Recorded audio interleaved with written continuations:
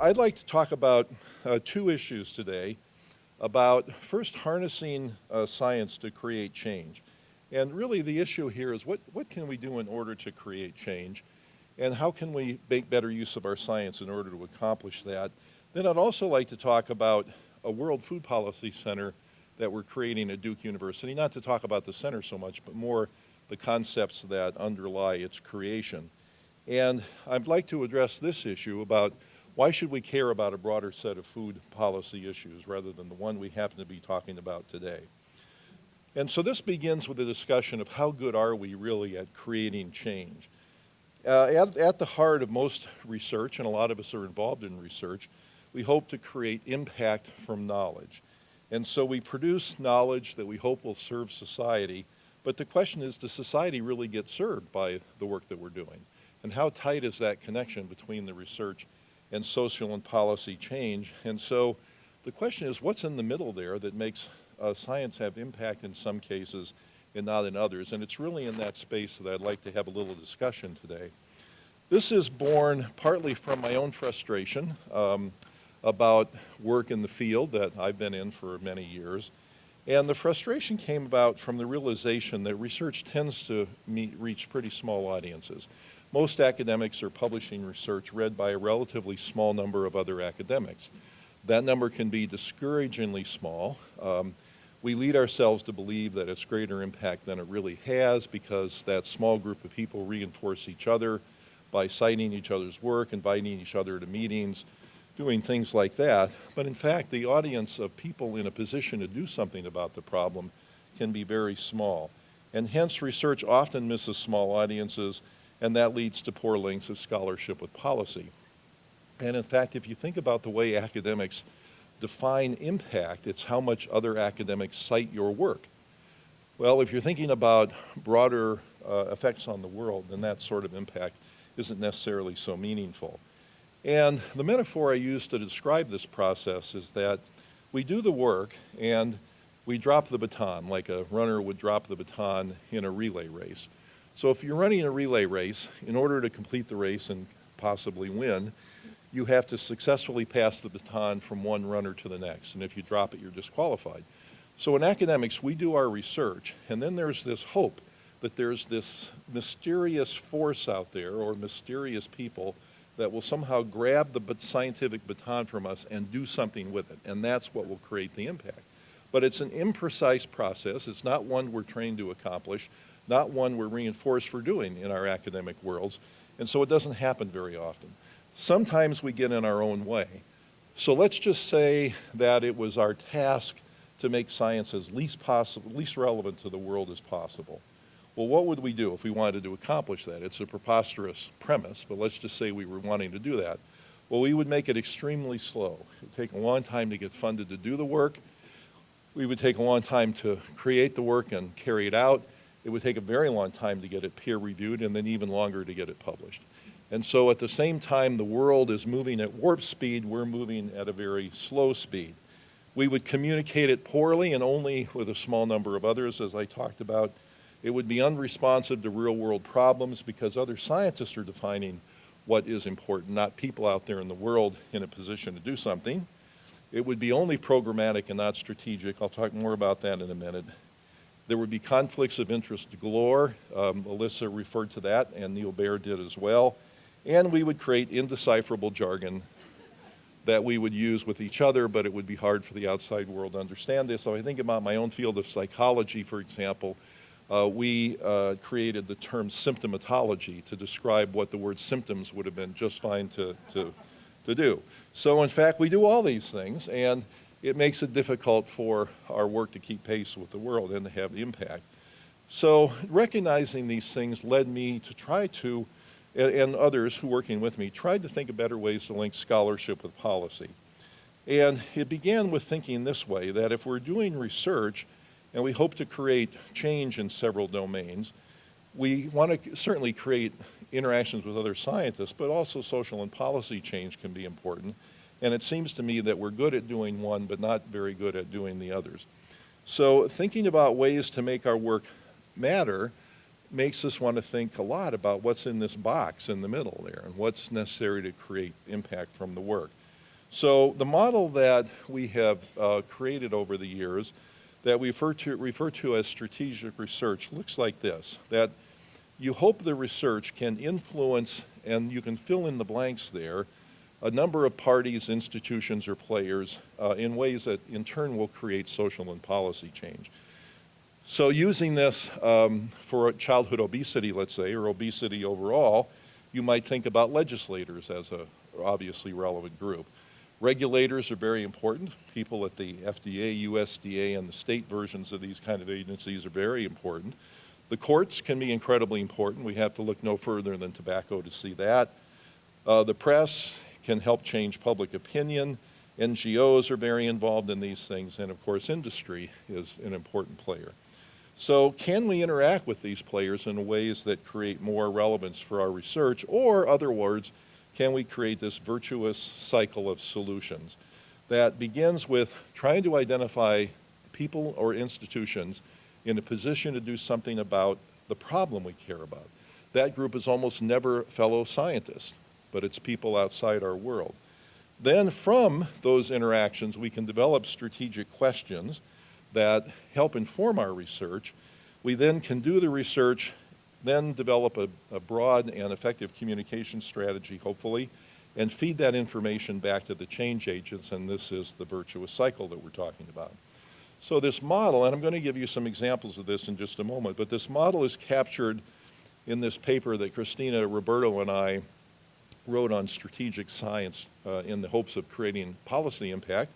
And if you'd like, I'd be more than happy to send you a copy of that paper, but it's available from the Lancet.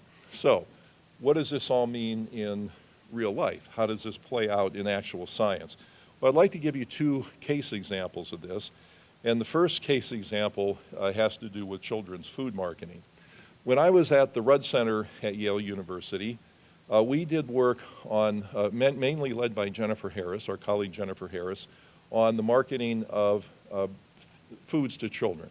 And we wanted to see what was being marketed, who was being marketed to, and whether there was targeted marketing. And of course, the impact on things like food choices and purchases. And the first project we did was on the marketing of breakfast cereals. And as I said, Jennifer Harris took the lead on this.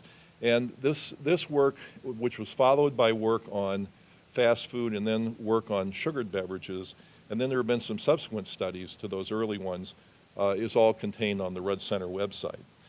So think of this. Think of taking breakfast cereals and rank ordering them according to some nutrition profile, with the cereals that are the worst at the top of the list, the ones with the most sugar, the least fiber, whatever, there's a nutrient index that does this. And then next to it, you put a list of what's marketed most aggressively to kids. And let's see how those two lists overlap. So if you use this nutrient profile index and you create look at the best dozen cereals, that is the cereals with the best nutrition profiles, here's what they are. And if you look at how much marketing is done on TV, through advergaming, on the internet, and through other youth websites, it comes to exactly 0.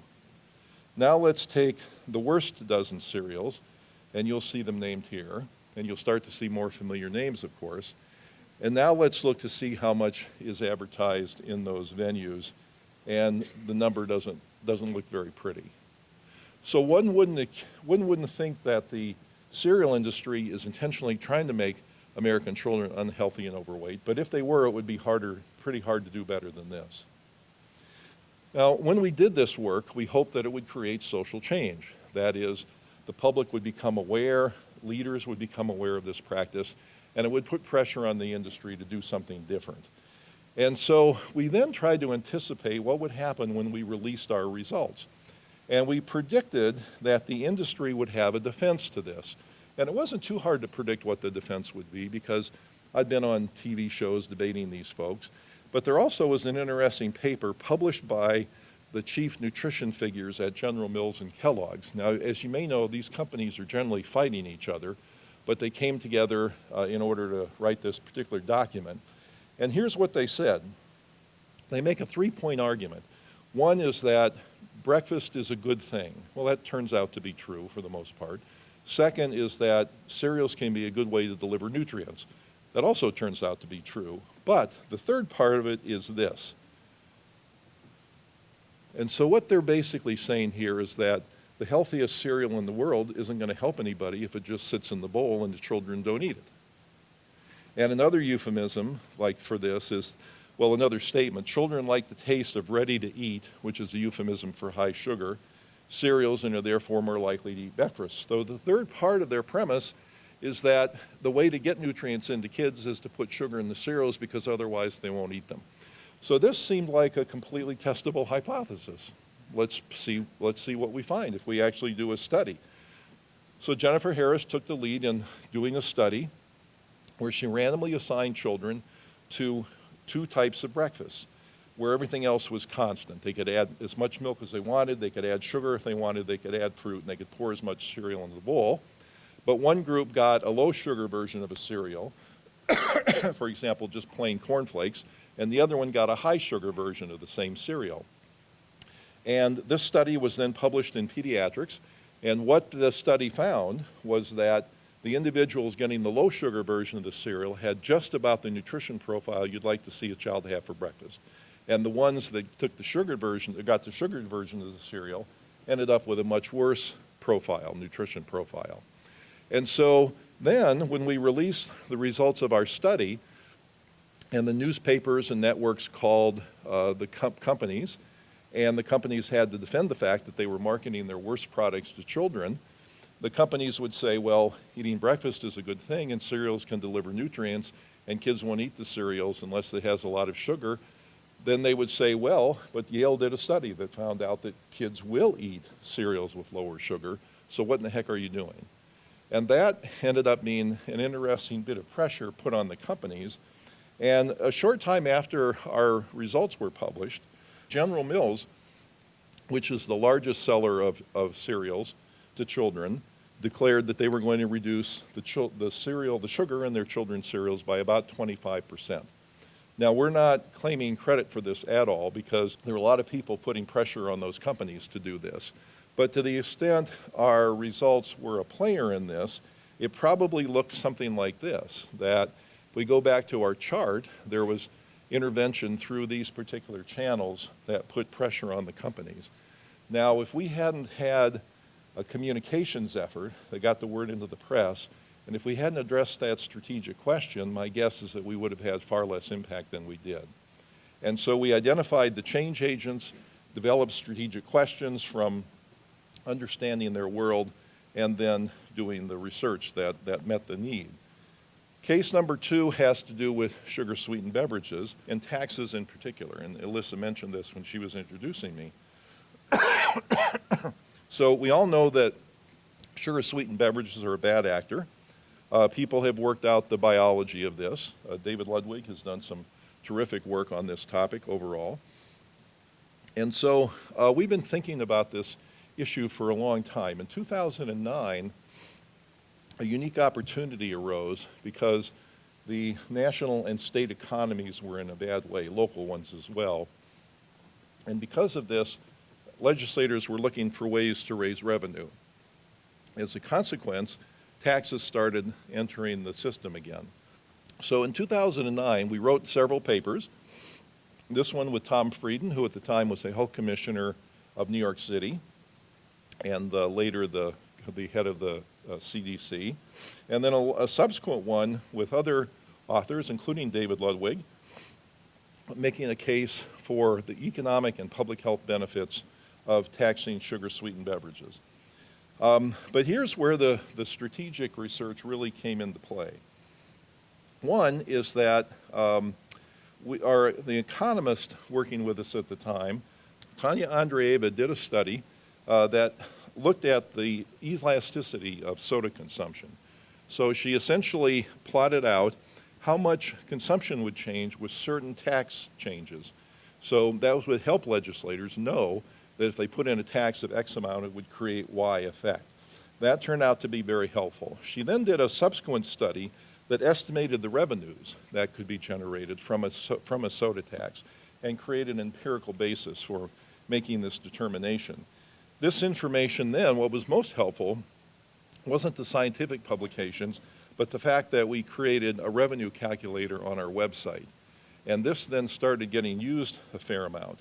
And what you can do with this is go in and put in any major city or state a certain tax level, and it will estimate the revenue that could be raised.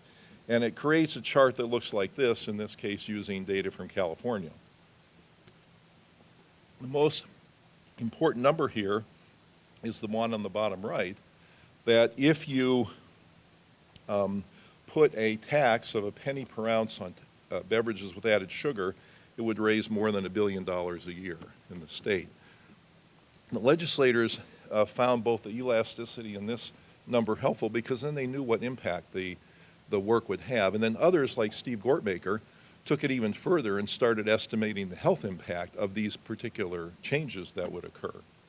So, as Alyssa mentioned, there are now taxes in a number of places around the world, and I'll show you a list of those, but to the extent that work we did was helpful in this respect, it acted through a different set of players, through legislators, through the public opinion, through NGOs, and the reason we addressed those questions that we did is because we were having strategic discussions with the change agents. So the tax picture now looks like this. Taxes have been passed in a number of places around the world, and there are other places that are close. And I have Chicago, Cook County crossed out there because they recently repealed the tax that they passed. So I'll link back in just a moment to this idea of strategic science, but we found this very helpful in our work. So what I would urge you to think about in your own work, to the extent this is relevant, is who are the people in a position to do something about the problem you're studying? Is it the press? Do you want to change public opinion? Do you want regulatory agencies to change their actions? Do you want legislators to take action? Do you want lawyers to file lawsuits? There could be a lot of different possibilities, but whatever it is, it begins with a discussion with those people, finding out what information deficits occur in their world. And then, if those questions can be put to a good scientific test in ways that generate the kind of publications that are important for career building and are peer-reviewed, so they're credible, but have impact on the questions that are relevant to the change agents, then I think we can accomplish a lot more rather than using our traditional indices of impact. So we're now applying this model to a center that we're creating at Duke University called the World Food Policy Center. And this center is intentionally more broad than the work that I've done in the past, and I'm hoping to share with you the rationale for that and tell you just a little bit about that center. If you look at world food policy issues, and by world we mean things that are happening 2 blocks from here to everywhere around the globe, what you get is a policy picture that's made up of a lot of actors doing a lot of different things. So for the sake of discussion, we're thinking about 4 broad categories of world food issues, and they're pretty intuitive. Hunger, malnutrition, food insecurity would be 1. Obesity, overnutrition, and chronic disease would be 2nd. The 3rd is a very large category of agriculture and environment. And the last is food safety and defense. And the policy picture, and now these are arbitrary, by the way. You could have 2, 10, or 20 categories, but for the sake of discussion, we're using 4. And the policy picture is a consequence of all these players acting in some way. And there's a mash that comes out in the middle of all this. That is what we see as policy. And sometimes the mash isn't very well done because the players aren't coordinating with one another. That's what we hope to accomplish with our new center, is instead of recreating depth on any one topic, say food insecurity or obesity, we want to be a bridge across these areas. And that, we find out, isn't being done very much around the world, and that there seems to be a real need for this. So just to put these things in perspective, we'll hear a lot more about domestic issues with food insecurity today by people much more expert on this than I am. But if we look at world issues, the numbers are really pretty discouraging, with 815 million people chronically undernourished And what's remarkable about this is that the numbers have been declining for a number of years consecutively, but they bounced back up. And the speculation is because of climate change and refugee issues created by civil wars and other other forms of strife. And if chronic undernourishment is and of course the consequences of this can be devastating to the physical, emotional, and other forms of health of children in particular, but others as well. How much longer can we feed the world, even though we're not doing it very well today? There's enough food now to feed the world, and the fact that we're not is a consequence of political and economic issues. But if you look at expected population growth, then there are very real questions about whether we can continue to feed the world, and if we do, at what cost? Is there any way to do this without heavy use of things that degrade the soil, that involve petroleum-based inputs in fertilizers, pesticides, and herbicides, even heavier use of GMOs than occur today, and the like? So there are very real issues about the world's food system and how much longer it can hold up under the strain. So it's really important that we get this right. Food is involved in a number of interesting things, and I'd just like to show you some data about life expectancy differences from two different places in the country. These are data on life expectancy by zip code in neighborhoods of Chicago. And here you can see people separated by only 4 miles have a 16-year difference in life expectancy. Now, many reasons for this, of course, and I could only name a few, but poverty, lack of access to education, healthcare, and the things like this are all very important, but food has to be a part of this. And you can imagine the people in the southernmost neighborhood here having both more food insecurity and more obesity than the people in the area in downtown Chicago. So getting food right is important for the environment. It's important for lots of different things, including human health. Here's another example of this in North Carolina, where there's a 7-year difference going from county to county, going from east to west. And so here's the way this map looks. You begin at Raleigh in the sort of Piedmont area of North Carolina, and as you go east, you can see life expectancies declining in a pretty reliable way. As you go east, you get into more agriculture areas. So at the same time, there's more and more food as you go from east to west, or west to east rather. You get more food problems like obesity, diabetes, and food insecurity. And if you calculate some numbers, and you're doing this driving, basically life expectancy is declining 256 days for every 10 minutes you drive. And so getting food systems right is a very important thing. And the question is, why should we care about this? Well, because we're talking about food insecurity. Why should we care about agriculture? And why should we care about food safety? Why should we care about obesity, for that matter? Well, because they're common drivers of these things. And if we get control over the common drivers, it's possible we might get wins across different areas of food supply. And just think, for example, about the relationship of food malnutrition or hunger, called stunting in many parts of the world, and how that puts individuals at risk for obesity and diabetes later in life. So these areas are all affecting one another. What goes on with food insecurity has an impact. So for example, food banks often register their impact by how many pounds of food they deliver to people. Well, a case of soda looks pretty good using that kind of a metric.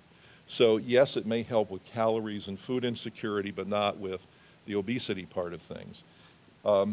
The raging debate about whether SNAP recipients should be permitted to use their benefits to buy things like sugared beverages is an interesting example, pitting the public health and hunger communities against one another. So moving on to agriculture and environment, there are a lot of reasons one might care about this. I'll just quickly talk about two. So water. By 2030, half the world's population is expected to be in severe areas of water stress. Where's the world's water being used? This pie chart shows that the vast majority of it is being used for agriculture. And of course, what's created in the agriculture has a big impact on the water usage, some things being more intensive water-wise than others. This chart shows the number of gallons of irrigated water it takes to create 1 kilogram of 4 different foods. If you create corn, 172 gallons of irrigated water is necessary for a kilogram of corn. If you go to snap peas, you're up by 4 times the original amount. If you're creating pork, it goes to that, and if you're creating beef, it goes to that. So if people are eating meat, it has a whole different water calculus than if we were eating the grains that might have fed the cattle. So meat consumption becomes very important for water. And then I'll loop back to why this might be important for us to think about today. If we think about climate change, you get this reciprocal interaction of agriculture and environment. And here's one example of the impact of agriculture on environment, with agriculture being an important contributor to climate change. This chart's from the United Nations, and it shows where wheat grows now in North America and where it's expected to grow by 2050. The orange crosshatched bars show where wheat grows now, from Oklahoma, Texas, up into that narrow band in southern Canada. But look at 2050, which are the blue hatch bars. The only wheat that's expected to grow in North America will be in northern Minnesota and North Dakota. Profound change in the agricultural landscape. And if you take this crop by crop around the world, country by country around the world, what you see is this enormous impact on the world's agriculture landscape. This will mean that there will be important shifts in migration patterns, in water usage and other things. So again, why should we care about these things? Because there are common drivers of obesity, food insecurity, and other food issues. And it's possible with these areas working together, you could create broader coalitions of people working together on a common cause. Back to the climate change, some of you may be aware of this landmark report by the Food and Agriculture Organization of the UN that looked at the impact of animal agriculture, just animal agriculture, on greenhouse gases. And they calculated that the greenhouse gases just from animal agriculture exceed those from all forms of transport around the world, all the cars, trucks, buses, planes, etc. And if you go back to the water issue, now we're talking about meat overall, plant-based diet would use this much water for an individual per day. If you go to a meat-based diet, it's 15 times the amount. So animal agriculture is contributing to climate change, it's contributing to water shortage, and of course it's contributing to poor human health because of the saturated fat intake. What's happening to meat consumption around the world? It looks like this. The US is the blue line, China is the red line, and you can see how meat consumption is increasing so dramatically in those countries. So as a discipline, we're focused on certain parts of the diet, say sugar. But would it make sense, for example, to put some focus on meat consumption? Well, why would that make sense? Well, there's the science of what meat might be contributing to ill health, obesity, and the like. But that's separate from the political considerations that you've got a whole world of people that care about water who might be on your side if you start dealing with meat. You've got a whole group of people that work on climate change that might be on your side and might form a broad coalition. And you could say that to the extent we can establish the policy mandates around these issues, better foods in schools, advertising restrictions, taxes on things, and you have a bunch of allies to push a particular policy agenda, you might be able to accomplish more than just going where the science leads you on terms of health and a particular nutrient. Now that's a very important strategic question that the field would have to address. I'm not necessarily recommending that, but it's looking at things a little bit differently than if all you did was look at one slice of the food picture. So the problem, as I mentioned before, is that you had disconnected and uncoordinated food policy because all these players are acting in an uncoordinated way, and you end up with whack-a-mole policy, where somebody gets the attention of legislators, there's a victory, but the moles pop up in other areas. And the question is, who's watching over all this? Well, you can think that, is the CDC watching it? Well, they do parts of the picture, but not all of it. You can look at the USDA. They kind of do all these things, but if you talk to people that work there, they say that the people that work on one topic don't talk to the people that work on others. You can think about the FAO as one possibility, but there's always something missing, and you're probably getting the picture here. The foundations, there are certain things they do, but not others. And so that's why we are creating a World Food Policy Center that is meant to specifically bridge these areas. And we're hoping to gather expertise and to bring stakeholders together in order to create a new form of dialogue that just isn't existing out there now very much. And we want to apply this model of strategic science back into this World Food Policy Center idea. And here are some of the things that we're planning to do as part of this, including a lot of work around innovation, human-centered design applied into this area. And I'll just end with one more thing. We're going to be working with the city of Durham and at least one North Carolina rural county to see about creating a model food systems community. So the question is, can you take one place in the country and try to get everything right, bringing together all these areas, bringing together the players, and trying to have a coordinated approach to policy.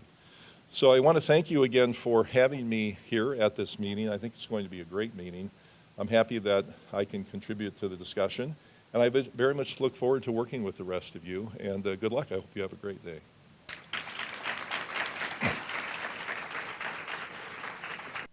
My name is Janet Leader, and I'm here at the School of Public Health at UCLA. And I'm hoping that someone is here from Mazone. Is anyone here? Oh, anyway, so Mazone, oh hi, is in the process of looking at the policies. Can I say this? of food banks nationally, and I used to work at a food bank, and I just want to say that that whole idea of, you know, the soda, certainly it weighs a lot, is rapidly changing. And I hope that that's something that you're aware of, because food banks have such a huge impact on people's diets nationally. And like here in California, there's been a tremendous push to get the farm-to-table impact, buying that food that would normally be not sold or dug under or sold to pig farmers to clients out in the field. So I just wanted to point that out in defense of that, because you're right, that soda weighs a lot, but a lot of food banks are now rejecting that Yes, soda. thank you. I should have mentioned that myself, and I'm glad that you brought it up. There was a recent report about the Food Bank of Washington, D.C. having really good nutrition standards, and I realize that that's happening in a number of places, and I agree it's a very positive development. Thank you.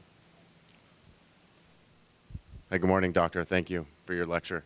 I'm interested in becoming involved in the World Policy Food Center from a business standpoint. I actually represent a brand of unrefined sugar, and kind of our approach in all of this is working with a lot of the food manufacturers where refined sugar is ubiquitous in so many of their products, to work with them to simply replace in a lot of their future recipes a more natural product, and to help that bring down the glycemic index and calorie count and things of that nature.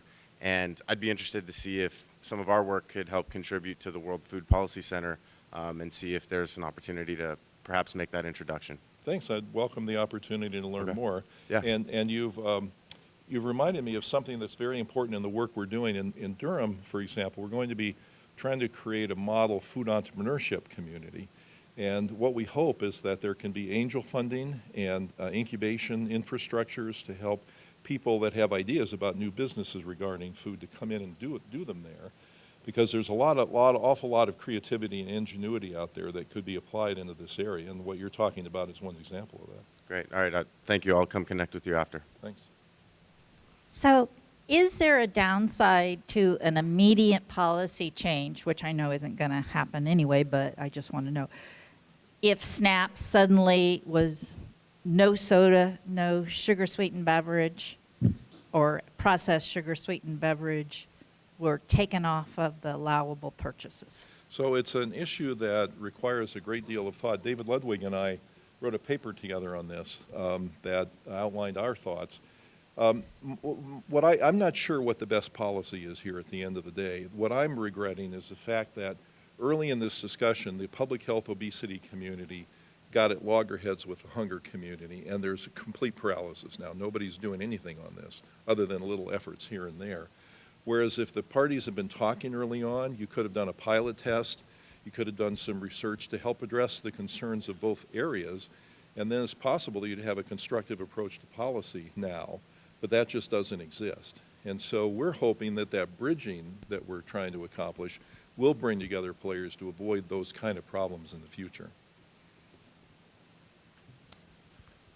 Hey, Rob? Kelly, you and I both went down to Mexico to help them jumpstart their soda tax.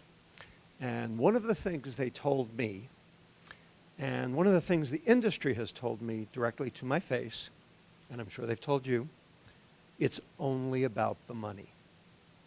It's only about the money. Came out straight and said, we don't care how many lives are in the balance. It's only about the money. My question is, what do we have to do on our side to be able to make that case? Or can we even make that case when the other side is actually being paid off? Right. And are there other stakeholders that you haven't even put in there, like, for instance, banks like Morgan Stanley and Credit Suisse? Right. You know, Rob, you raise a very interesting question, and I'm not sure I would have all the answers, and it would take a long time to try to formulate something for that, because it really is a very interesting and complex issue. But what I would say is that here's another example of the opportunity for strategic science, that, you know, who are the stakeholders who will make these decisions? What's motivating them, and how can we provide information that will be helpful to them? And so for legislators where the money is the key driving factor, then we can work on that. If public health is the motivating factor for others, we can provide data on that. You know, you reminded me of this is going to seem off task, but you reminded me of a strategic study that somebody other than we did. It was in Vermont, where they were considering a statewide soda tax. And the opponents of it were saying, well, people are just going to drive over to New Hampshire and buy all their soda. So some people at the University of Vermont did this very clever study where they just went and interviewed people who live near the border and said, how far would you be willing to drive if you could save this much money? And what they found is it was a pretty small number of people right on the border who would actually be fleeing across the border to buy their soda, and it would have no public health impact at all, and it wouldn't undermine the impact of the tax. So that would be an example of a strategic question that was important in that particular area, and Mexico would have its own set of strategic questions. So that's why the fact that you and others are involved in these discussions can help turn up a lot of good things that scientists can do to help inform the debate. And that's where I think we'll get the real impact. Okay, I guess we have time for one more. Hi, thank you for this opportunity. I happen to have a friend who used a week program. I'm sorry, would you mind speaking up a little?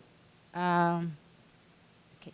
I happen to have a friend who used a WIC program, which is Women, Infant, and Children. Yes. So they can only buy certain food to get the food. And some of the food are really high in sugar, like the yogurts that is allowed, it has enormous amount of sugar. And according to WIC, that's a healthy yogurt, but it's really not. And also they give them 100% of fruit juices, which are very high in sugar. Those are the things that increase the chance of obesity, especially to the community that depends on that kind of food. Yes, I agree. Those are important issues. And the broader question here is, what can government do to help with nutrition in the context of public health? And, you know, it's very interesting to think about the public health history of advances on things like tobacco and auto safety and those kind of things. And it's pretty easy to get discouraged with what's happening in Washington now, especially when they've made explicit statements about not wanting to tackle things like childhood obesity. And that's why work at state and local levels is even more important at the moment, to provide a model for what ultimately the federal government might do, and changing those nutrition standards, not only for the WIC program, but possibly for SNAP and for the child and adult care food program. All those sort of things are really very important. So I agree, it would be great if government policy could line up around public health policy, and that we had all parts of the food system working together. And that's one of the things where we're hoping to contribute to the discussion.